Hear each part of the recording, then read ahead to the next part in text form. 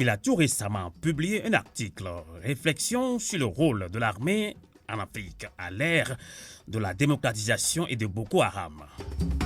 Mesdames et messieurs, nous voulons parler du Togolais Ayayi Togwata Apedo Ama, enseignant-chercheur et écrivain. Et pour en savoir un peu plus sur les idées de sa réflexion, nous accueillons, amis auditeurs, ce timide professeur. Il est en ligne en direct depuis Lomé.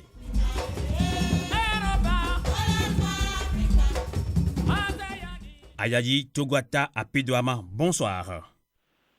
Bonsoir, comment allez-vous? Je vais très bien, merci de nous accompagner en direct depuis Lomé et félicitations pour cette réflexion pointue et très pertinente. Alors avant d'aller dans le vif du sujet, pourriez-vous nous définir les mots ou expressions suivants: armée prétorienne, armée républicaine et la différence entre les deux? L'armée prétorienne, c'est une armée qui prétend l'être, mais qui est en réalité une sorte de bande de garde du corps au service d'un dictateur et d'une clique qui opprime un peuple en général.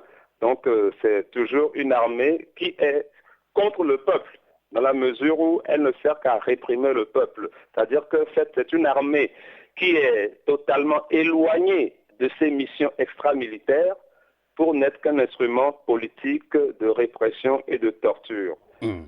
Par contre, l'armée républicaine est une armée au service du peuple, c'est-à-dire dans un régime démocratique dans lequel les dirigeants sont élus par le peuple et l'armée est garante de la sécurité de la population.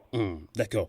Alors, voilà à peu près, d'accord. Oui. D'accord. On va aller dans le vif du sujet puisqu'il s'agit de cette réflexion. Et l'article était intitulé Réflexion sur le rôle de l'armée en Afrique à l'ère de la démocratisation de Boko Haram. Alors vous dites dans cet article, et concernant l'armée, que la question ne doit plus être à quoi sert-elle, mais plutôt qu'est-ce qu'elle doit être. Alors vous n'êtes donc pas pour la suppression des armées dans nos pays. Alors que peut concrètement apporter aujourd'hui une armée, fût-elle bien formée et organisée, à un pays comme le Togo? Oui, vous voyez, une armée, on ne peut pas la supprimer parce que nous vivons dans un environnement conflictuel et hostile où nous sommes une armée digne de ce nom. Justement, il faut qu'elle soit consacrée au développement et à la défense des frontières. Parce que l'armée telle que nous la voyons en Afrique, d'abord, elle est généralement incompétente parce que chaque fois qu'il y a une rébellion armée bien organisée, elle perd toujours cette guerre-là et les gens s'enfuient. Et malheureusement, quand ces soldats s'enfuient en débandade, c'est en pillant, en violant, en devenant une menace pour la population elle-même. Donc, il faut que les militaires, quand on les recrute, reçoivent une bonne éducation militaire, soient des citoyens bien formés et patriotiques et patriotes. Sinon, c'est la catastrophe. Alors, pour des États clés en main fabriqués par le colon, l'armée demeure-t-elle un outil de souveraineté incontournable jusqu'à nouvel ordre? Alors, quelle velléité anti-souverainiste menacerait un pays comme le Togo, par exemple, et qui ferait de notre armée cet outil incontournable? Non, c'est-à-dire que dans nos pays africains, comme au Togo par exemple, l'armée ne peut être considérée comme un garant de la souveraineté, puisque la souveraineté, ça n'existe même pas. Tout notre pays est vendu à l'étranger. C'est pire qu'en 1960, la plage, le port, l'aéroport, l'électricité, l'eau, le phosphate, plus rien ne nous appartient. Donc, ce régime de dictature militaire cinquantenaire a tout bradé tout le pays, et la misère est généralisée. Parce que si vous consultez les chiffres de la Banque mondiale et retenus par le gouvernement togolais lui-même, c'est 90% de nos compatriotes des savanes qui vivent sous le seuil de pauvreté, soit 20 000 francs par mois. Ouais, 90% d'une région qui possède moins de 20 000 francs par mois pour vivre. Et quand vous descendez dans la région de la Kara, c'est 80%. Dans la région centrale, c'est 70%. Et dans la région des plateaux, c'est 60%. Et maritime, 50%. C'est une catastrophe. Donc, avec un bilan pareil, ce régime ne peut plus prétendre à quoi que ce soit. sauf à se retirer. Voilà la réalité. Donc, ce régime ne garantit aucune souveraineté puisque c'est un régime mendiant. On voit toujours les chefs d'État se promenant dans le monde, ses billes en main, sans aucune honte pour mentir. Et ouais, le Togo a été même admis dans le PPTE, pays pauvre très endetté, c'est le club des mauvais dirigeants, des mauvais gestionnaires. Et pourtant, en 2008, quand ils ont été reçus dans ce club infamant, eh bien, ils ont dansé le coupé-décalé. C'est scandaleux. Très scandaleux. Ayayi Togwata Apedo Ama, on se réfère toujours à votre article intitulé Réflexion sur le rôle de l'armée en Afrique à l'ère de la démocratisation de Boko Haram. Alors, vous dites, comme l'aurait conseillé Machiavel à son époque, sans aucune pensée péjorative de notre part. Alors, je cite, quand on procède à une révolution, changement de système, le tout premier acte de souveraineté du nouvel État consiste à consolider son nouveau pouvoir en rompant avec l'ancien système par le changement radical de la nature et de la fonction des corps chargés de la sécurité et donc la survie du nouveau système politique. Fin de citation. Alors, le professeur Apedo Amatogwata, alors comment transformer une armée pléthore et prétorienne, notoirement tribale, en une armée républicaine du jour au lendemain et sans une certaine tabula rasa? Oui, le problème, c'est que on ne peut pas claquer du doigt pour changer une armée prétorienne. C'est-à-dire qu'il faut que tout le système soit d'abord changé. C'est-à-dire qu'il faut que nous passions du système dictatorial, fasciste, au système démocratique. C'est comme si vous demandiez aujourd'hui à un dictateur de faire la démocratie. C'est impossible. Vous voyez comment nous avons des élections ridicules à la togolaise à travers toute l'Afrique, Gabon, Tchad, partout, où on falsifie tout. C'est des caricatures, où on enferme même des militaires parce qu'ils auraient mal voté. Donc, vous voyez, par rapport à tout cela, il faut d'abord que le système change. Parce qu'une armée, on la qualifie par rapport au système politique qu'il a engendré. Le contraire n'est pas vrai. Donc, par rapport à cela, il faudrait que le système change d'abord, parce que vous ne pouvez pas changer l'armée dans une dictature militaire. Comme le Togo, par exemple, ou comme le Congo, ou comme le Tchad. Oui. Vous parlez de changement de système, professeur Ayayi Amatogwata. Alors, et vous parlez justement aussi de révolution.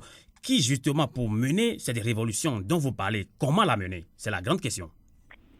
Oui, la révolution, seul le peuple peut faire la révolution parce que je ne crois pas tellement au coup d'État, au putsch, etc. parce que ça ne va pas profondément. Ils sont tellement discrédités eux-mêmes et vendus au pouvoir, ils sont aujourd'hui incapables de faire se lever la population. Ils sont même incapables d'appeler à une journée ville morte ou même de proclamer une grève. Personne ne les suivrait parce qu'ils sont totalement discrédités. Donc par rapport à cela, je crois qu'il faut susciter de nouveaux partis politiques, de nouveaux dirigeants pour que la lutte soit reprise. Parce que, de toute façon, les révolutions spontanées, ça n'existe pas. Il faut toujours une direction. Les partis politiques sont pléthores au Togo.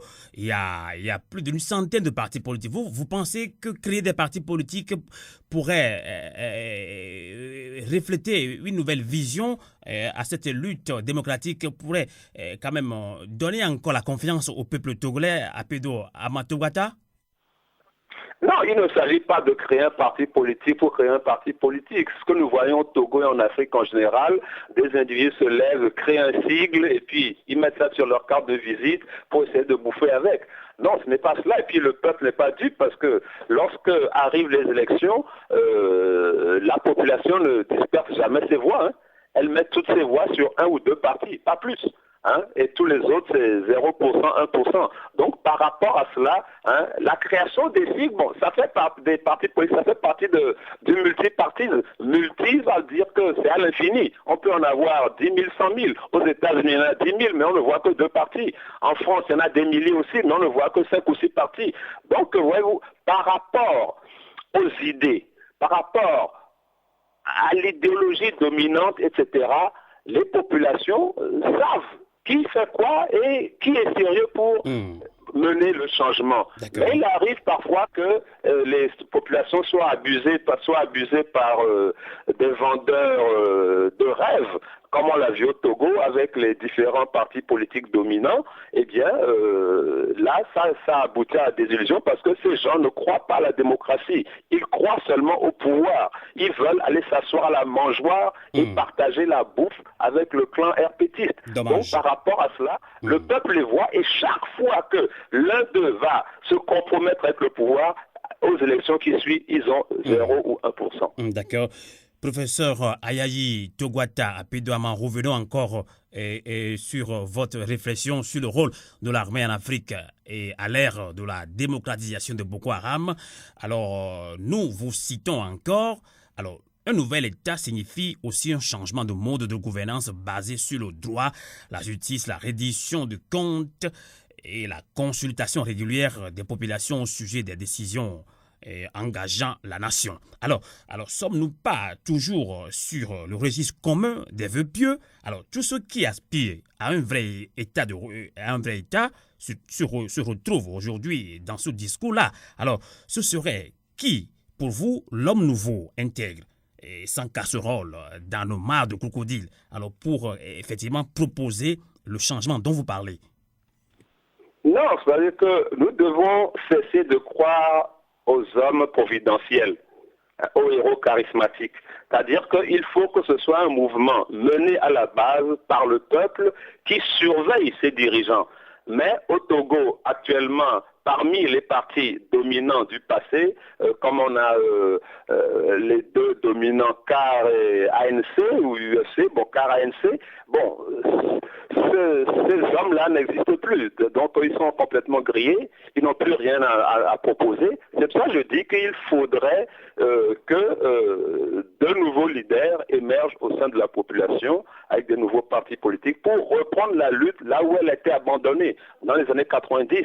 Parce que, voyez-vous, aujourd'hui, j'ai l'habitude de le dire et personne ne me dément que la seule vraie opposition aujourd'hui, c'est le peuple togolais, qui continue à résister à la dictature, qui continue à se battre avec ses faibles moyens. Et parce que au Togo, la lutte est d'autant plus difficile que le peuple togolais a face à lui plusieurs adversaires. D'abord, la dictature militaire en place de Faure Gnassingbé, de la famille Gnassingbé, et l'impérialisme français qui continue à se comporter en faiseur de roi.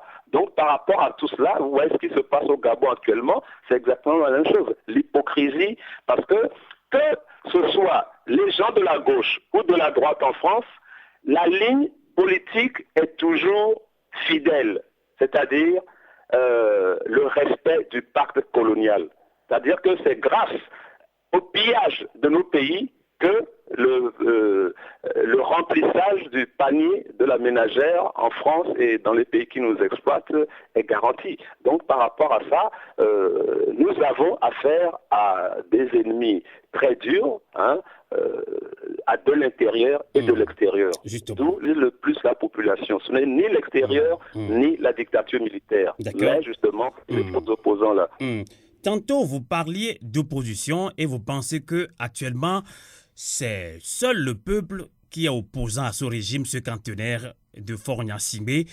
Alors, oui, justement, on va parler un peu de la jeunesse. Une dernière question et pour répondre au thème du débat ouvert aux auditeurs de Fenêtre sur l'Afrique. Et nous allons quand même l'entamer dans 5 minutes.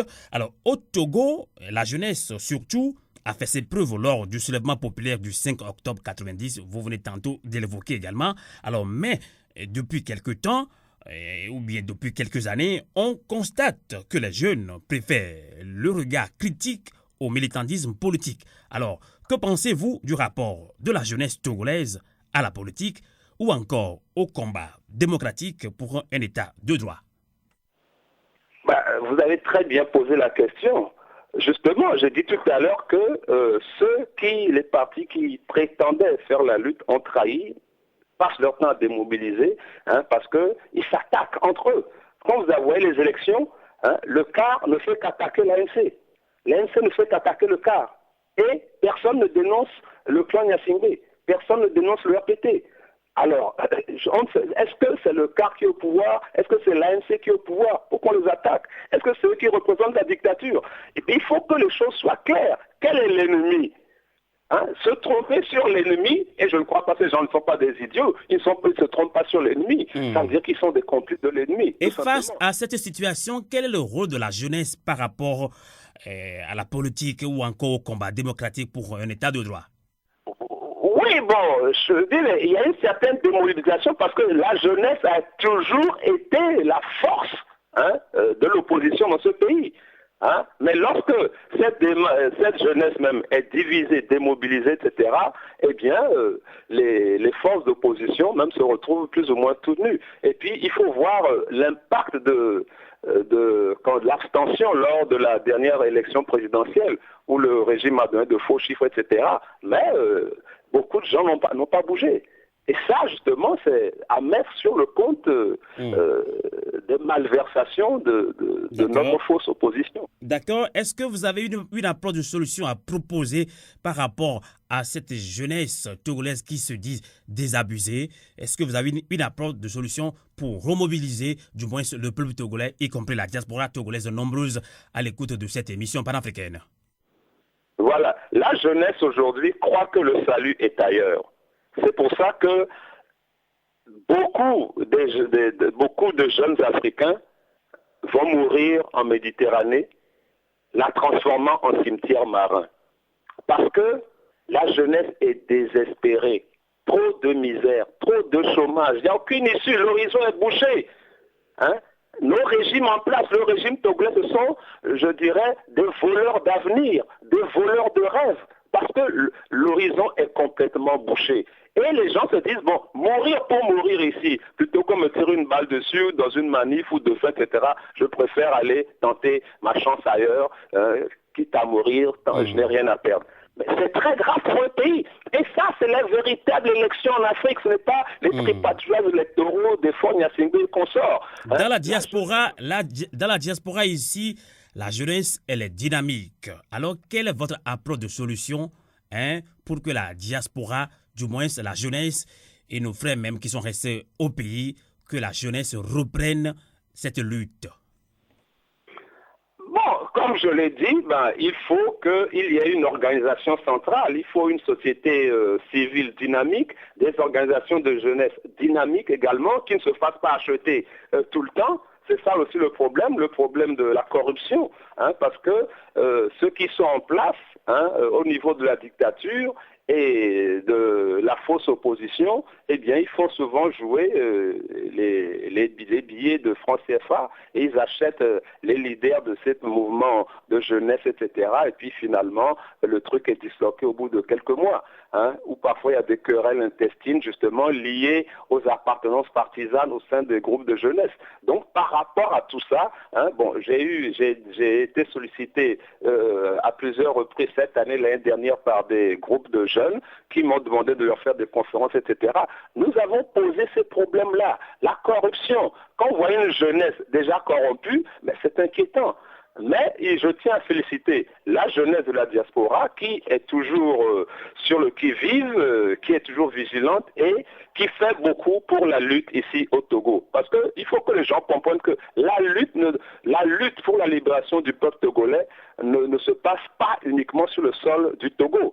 Nous l'avons vu lorsque, en 2005, Faure Gnassingbé a fait son coup d'État avec 1 millier de morts. J'étais secrétaire généraliquement et je tiens à saluer la diaspora pour sa mobilisation extraordinaire à cette époque-là. Mais il y a toujours du travail à faire également au niveau de la diaspora. Il y a tout un travail d'organisation. Ça, il faut qu'on le dise. Absolument. Ici, comme chez vous là-bas. Or, chez vous aussi, il arrive que des querelles intestines, partisanes, etc. Je crois qu'il faut toujours viser ce qui est supérieur, l'intérêt général. Exactement. Et par rapport à ça, je crois que les choses reprendront. Parce qu'il ne faut pas désespérer. Moi, je ne désespère pas. Il y a ce qu'on appelle les conquêtes de la lutte du peuple togolais aujourd'hui. La liberté d'expression, la liberté de presse et beaucoup de choses pour lesquelles ces gens ne peuvent plus venir en arrière. Malgré le fait que Faure Gnassingbé ait déjà fermé deux radios et un journal, eh ben, la lutte continue.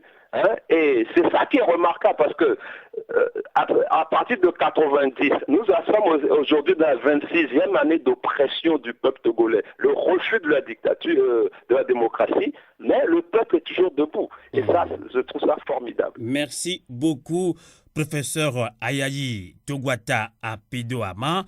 Vous venez tout récemment de publier un article intitulé « Réflexion sur le rôle de l'armée en Afrique à l'ère de la démocratisation de Boko Haram ». Cette réflexion a vraiment suscité l'intérêt de notre rédaction, raison pour laquelle nous nous sommes entretenus avec vous dans cette émission Phénomène sur l'Afrique en direct depuis Lomé. Merci et bonsoir. Je vous remercie.